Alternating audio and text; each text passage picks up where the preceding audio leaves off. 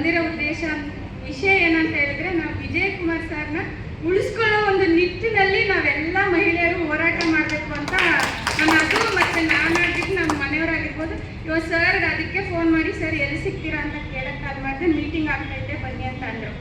So ಈಗಾಗಲೇ ತಾವು ನೋಡ್ದಂಗೆ ನಿಗಮಂಡಲದ ಅಧ್ಯಕ್ಷರ ಸ್ಥಾನವನ್ನು ಮಂಡ್ಯಗೆ 6 ಅನೌನ್ಸ್ ಮಾಡಿದ್ರು, ಈಗ ಪುನಃ 3 ಕೊಟ್ಟಿದ್ದಾರೆ.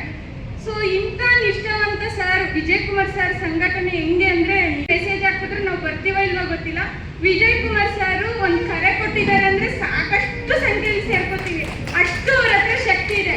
ಈಗಾಗಲೇ ನೋಡ್ಬೋದು, ಈಗಾಗಲೇ ಅರ್ಥ ಮಾತಾಡಿದ್ರು, ಅವ್ರು ಯಾರು ಅಂತ ಸರ್ಗೆ ಕೇಳಿದ ತಕ್ಷಣ ಅವ್ರಿಗೆ ಖುಷಿ ಆಯ್ತು, ನನ್ನ ಹತ್ರ ಭೇಟಿ ಮಾಡ್ದ ಅಂತ ಅಂದ್ರು. ಸೊ ಅದು ಅವ್ರ ಗುಣ. ಯಾರು ಏನು ಅವ್ರಿಗೇನು ಮಾಡಿದರೆ ನೋಡಿಲ್ಲ, ಪಕ್ಷಕ್ಕೆ ಏನೋ ಮಾಡ್ತಿದ್ದೀರಾ, ಜನಗಳಿಗೆ ಏನೋ ಮಾಡ್ತಿದ್ದೀರಾ.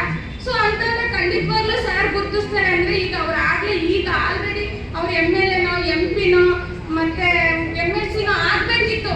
ಈ ನಿಟ್ಟಿನಲ್ಲಿ ಇದುವರೆಗೆ ಯಾಕೆ ಪಕ್ಷವನ್ನ ಗುರುತಿಸ್ತಾ ಇಲ್ಲ ಅಂತ ನನಗೂ ಬೇಸರ ಆಗ್ತಾ ಇದೆ ನಿಜವಾಗ್ಲೂ.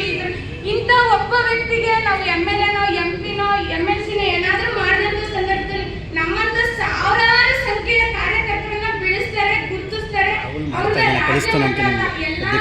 ರಾಷ್ಟ್ರೀಯ ಮಟ್ಟ ಮಾಡಿ ನಾವು ಸಾರಿಗೆ ಒಂದು ಸ್ಥಾನಮಾನ ಕಲ್ಪಿಸ್ಕೊಂಡು ಅವ್ರನ್ನ ಈ ಪಕ್ಷ